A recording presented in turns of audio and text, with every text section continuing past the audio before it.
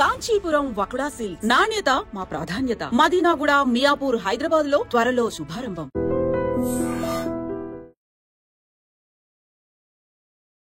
Hi guys, welcome to iDream. నేను మీ చాణక్య. ఎవరి దగ్గరైనా కానీ ఒక 10 లక్షలు ఉన్నాయంటే ఏం చేయాలనిపిస్తుంటుంది? ఒక కారు కొనుక్కోవాలనో, లేకపోతే ఏదైనా కానీ ఒక ప్లాట్ తీసుకుందామా, ఇలాంటివన్నీ ఐడియాస్ వస్తుంటుంది. కాకపోతే ఇంకా బెటర్ ఐడియాస్ అనేది కూడా నా దగ్గర ఉన్నాయంటూ కూడా మన దగ్గర ఉన్న ఫైనాన్షియల్ ప్లానర్ సాయిరామ్ గారు రెడీగా ఉన్నారు. అసలు మన 10 లక్షలతో ఏం చేస్తే బెటర్, దీని గురించి సలహాలు అనేది కూడా ఇవ్వడానికి వచ్చేసారు.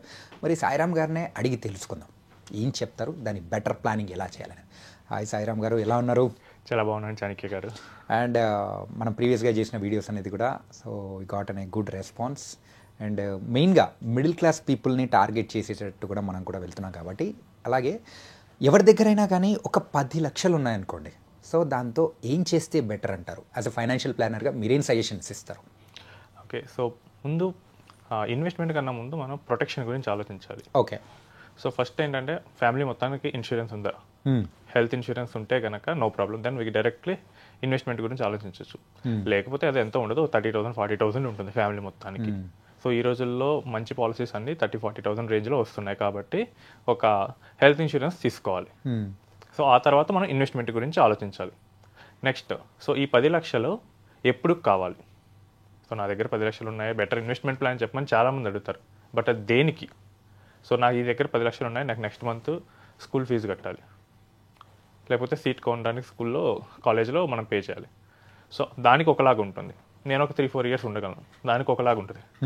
నాకు అసలు అవసరం లేదు, ఒక 7+ ఇయర్స్ కావాలి, దానికి ఒకలాగా ఉంటుంది. లేదు, నాకు ఈ 10 lakhstోనే నాకు లైవ్లీహుడ్ కావాలంటే ఒకలాగా వస్తుంది. సో ఫస్ట్ కేసు ఏంటంటే మనకి ఇది లెస్ దెన్ 2-3 ఇయర్స్ లోపల అవసరం అవుతుంది అనుకుందాం. ఓకే, సో అప్పుడు ఏం చేస్తామంటే will never go in to equities. So మనం చాలా సేఫ్ వాటిలోనే పెట్టాలి. సో దానికి మనం ఫిక్స్డ్ డిపాజిట్స్, లేకపోతే liquid mutual funds, debt funds కానీ, అల్ట్రా షార్ట్ మ్యూచువల్ ఫండ్స్ కానీ మనం కన్సిడర్ చేయొచ్చు. సార్ యూజువల్గా ఫిక్స్డ్ డిపాజిట్స్లో కంటే అది ఇట్స్ అనే ట్రెడిషనల్ వే. అంటే దానిలోంచి వచ్చే రిటర్న్స్ అనేది కూడా మెయిన్గా 6-7% కానీ అలా అంతవరకు ఉంటుంది. కాకపోతే ఇప్పుడు ప్రెజెంట్ ఉన్న సిచ్యువేషన్స్లో అంత పర్సంటేజ్ అనేది కూడా కరెక్ట్ అంటారా?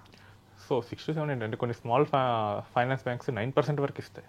ఓకే, సో 6-7 అది కాదు ఇక్కడ మెయిన్. ఇక్కడ మెయిన్ ఏంటంటే నా అమౌంట్ సేఫ్గా ఉందా లేదా.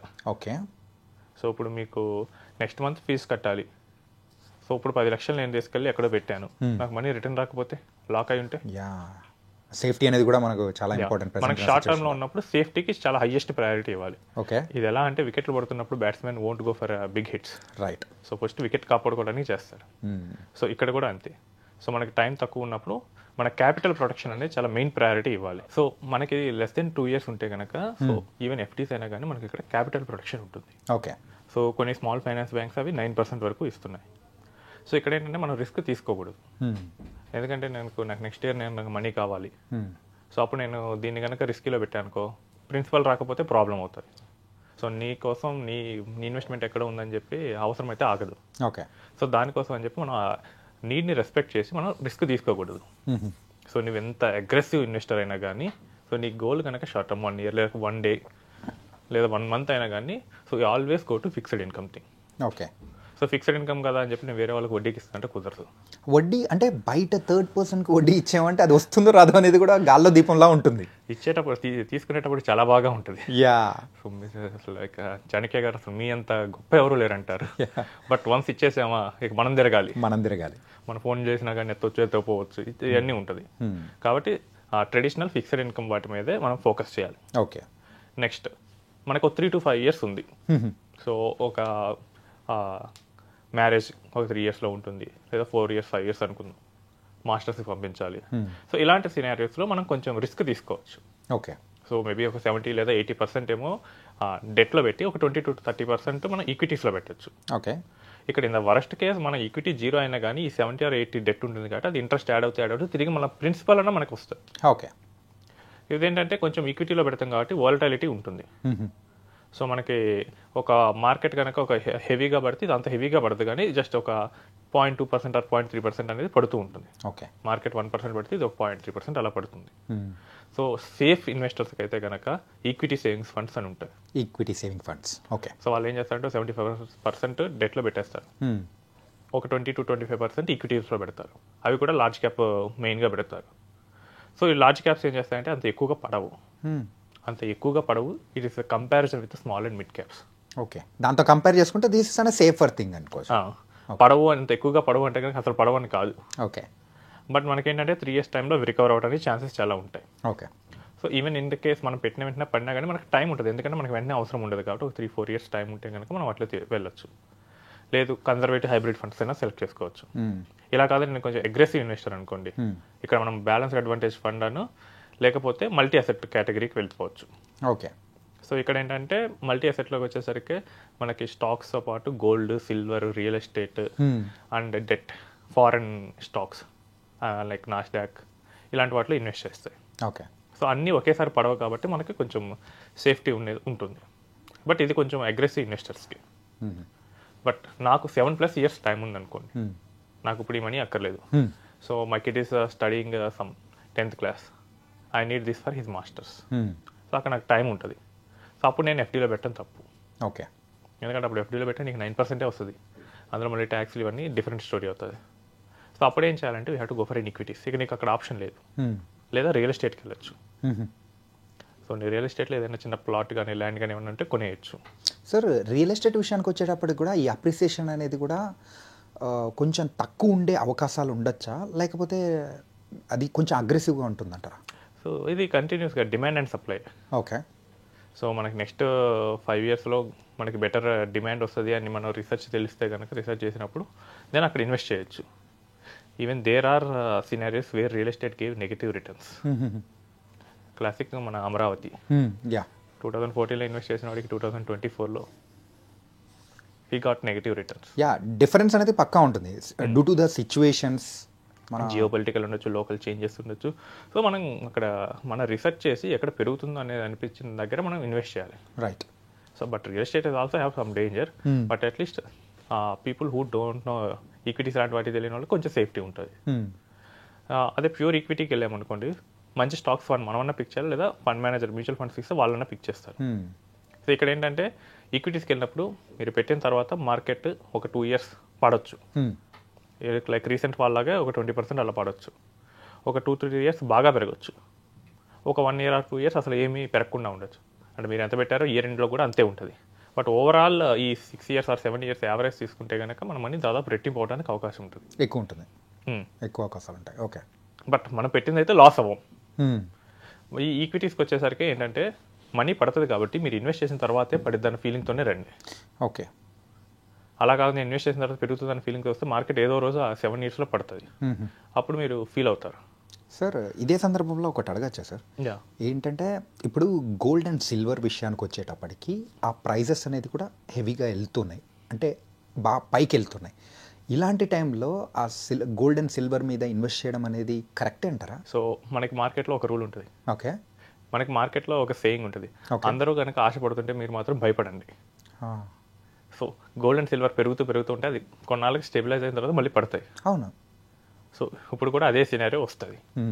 కాబట్టి ఎప్పుడు పెరిగే మార్కెట్లో మనం ఇన్వెస్ట్ చేయకూడదు, పడిపోయి తక్కువలో ఉన్న వాటిలో మనం ఇన్వెస్ట్ చేయాలి.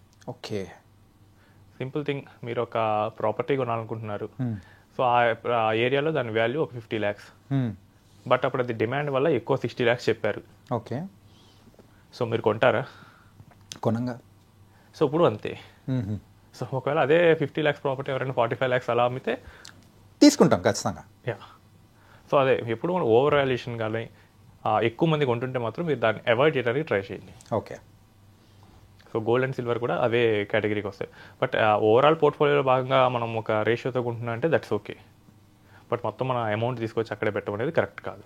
సో ఈ లెక్కన అయితే ఈ 10 lakhs అనేది కూడా మనం ఈక్విటీ ఫండ్స్ మీద పెట్టేస్తే కొంచెం సేఫర్ గేమ్లో వెళ్ళిపోవచ్చు. Safer game in the sense long టర్మ్లో సేఫర్ గేమ్. ఇదేంటి, నాకు 7 years తర్వాత నాకు ఆ మనీ కావాలంటే, ఇప్పుడు నాకు ఇంకో సినారియో, నాకు అసలు ఏమీ లేదు, నేను ఒక లైవ్లీహుడ్ కూడా దీని నుంచే తీసుకోవాలి. Then you cannot go for equity, you cannot go for fixed income. ఇక వచ్చినట్టు ఏదో ఫ్రాంచైజ్ బేస్డ్ బిజినెస్ మోడల్, లేకపోతే నీకు ఏమైనా నచ్చితే నువ్వే తీసుకోవటము. So like going for a petrol bunk, లేకపోతే ఒక ఫార్మా షాప్, లేకపోతే టీ ఫ్రాంచైజ్ అట్లీస్ట్. సో వీటిలో ఏదో ఒక చిన్న బిజినెస్ మోడల్లో మీరు తీసుకోవటమే ఫ్రాంచైజ్షిప్లో. లేకపోతే మీకే ఒక బిజినెస్ చేసే స్కిల్ ఉంటే then do it with that. Okay. So అక్కడ ఏంటంటే మనకి కనీసం మంత్లీ ఇన్కమ్ వస్తుంది, లైవ్లీహుడ్ ఉంటుంది.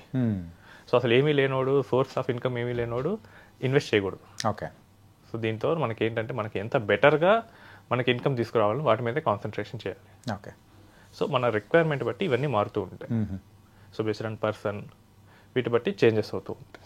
సార్, ఇప్పటివరకు మీ దగ్గరికి వచ్చిన క్లయింట్స్లలో ఎవరైనా కానీ యాజ్ ఎ ఫైనాన్షియల్ ప్లానర్గా అయితే మీరు ఈ డౌట్తో వస్తే మీరు ఆ పర్సన్కి తగ్గట్టు వాళ్ళ సిచ్యువేషన్కి తగ్గట్టు చెప్తారా? అంతే. సో ఇప్పుడు నాకు 2 months బ్యాక్ ఒక పర్సన్ వచ్చారు.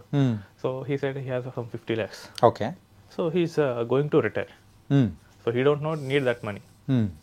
సో బట్ ఏంటంటే మనకి రిటైర్ అయిన తర్వాత మనకి ఆయనకి శాలరీ ఉండదు కాబట్టి అప్పుడు నేను సో ఒక 20,000 అలా తీసుకుంటా అన్నాడు. సో దానికి తగ్గట్టు పెట్టాం. ఓకే. ఇంకో కేసు ఏంటంటే సో ఇట్స్ ఫ్రమ్ 1 lakh వచ్చింది. బట్ అదేంటే వాళ్ళ పాపకి. So they don't need that money. So అక్కడ ఏంటంటే మనం ప్యూర్ ఈక్విటీస్లో పెట్టేసాం. ఓకే. ఎందుకంటే వాళ్ళ పాప కాబట్టి అప్పుడు కాదు, అదో 20 years తర్వాత. అది కూడా వాళ్ళ గ్రాండ్ పేరెంట్స్ గిఫ్ట్గా ఇచ్చారంట. సో ఇది కేస్ టు కేస్ బట్టి మారిపోతూ ఉంటుంది. ఓకే. సో అందరికీ యూనివర్సల్గా ఆమోదయోగ్యమైన ప్లాన్ అనేది ఒకటి ఉండదు. ఇది పర్సనల్ ఫైనాన్స్ కాబట్టి ఎవ్రీ పర్సన్కి యూనిక్గా మారుతూ ఉంటుంది. ఓకే. అంటే ఈ రిటర్న్స్ కూడా ఎలా ఉంటాయో నేను చెప్తాను. Okay. So if you invested in a long term equity, so if you invested 10 lakhs and you wait for 5 years, so it will get 20 lakhs. Okay. So ఈ 10 lakhs అని కనుక మీరు ఇంకో 5 years ఇంకా ఎక్స్ట్రా వెయిట్ చేస్తారు అంటే 5 + 5 years 10 years ఉన్నాయి అనుకోండి, will get 21 lakhs. So 15 years ఉన్నారు అనుకోండి, సమ్ 41.5 lakh వస్తుంది. 20 years ఉంటే 83 lakhs. Oh my God. 25 అనుకుంటే 1.6 crores. అంటే ఇక్కడ మెయిన్గా ఆ టైం పీరియడ్నే మెయిన్ క్రూషియల్ రోల్ అనేది ప్లే చేస్తుంది. టైం అనేది ఎక్కువ ఉంటే కనుక మనకి ఎక్కువ రిటర్న్ వస్తుంది. ఫర్ ఎగ్జాంపుల్ ఒక 30 years person, so he got some 10 lakhs by selling any property, అది ఏదో బోనస్ వచ్చింది అనుకోండి, ఈ 10 lakhs ఇన్వెస్ట్ చేస్తే ఆ రిటైర్మెంట్ని తీసేసుకుంటుంది ఇది. So at the age of 60 it will get some 6.6 crores. Okay. So 30 years person retire అవ్వాలంటే ఇప్పుడు జస్ట్ 10 lakhs పెట్టేస్తే సరిపోతుంది. ఆయన రిటైర్మెంట్ స్టేజ్లో ఆయనకి ఏ చీకు చింత లేకుండా అదే చూసేసుకుంటుంది. పవర్ ఆఫ్ కాంపౌండింగ్ అన్ని ఇయర్స్లో బాగా వర్కౌట్ అవుతుంది. రైట్. మనం లాస్ట్ ఇయర్స్లో చూస్తూ ఉంటాను కానీ పెరిగిపోతూ ఉంటుంది. సో రిటైర్మెంట్ ఈజీగా హ్యాండిల్ చేయగలదు. రేపు అప్పుడే పుట్టిన కిడ్స్ వాళ్ళ భవిష్యత్తు కోసం చేయాలన్నా కానీ చేసేయచ్చు. Right. It was very nice sir. మెయిన్గా అయితే 10 lakhs ఉన్న పర్సన్ అతను ఏం ప్లాన్ చేసుకుంటే కరెక్ట్, సో ఏ వేస్లెస్లో వాళ్ళు ఇన్వెస్ట్ చేసుకుంటే కరెక్ట్ అనేది చాలా వేస్ అనేది కూడా చెప్పారు. Really it was very nice and thank you so much. Thank you Chanakya గారు.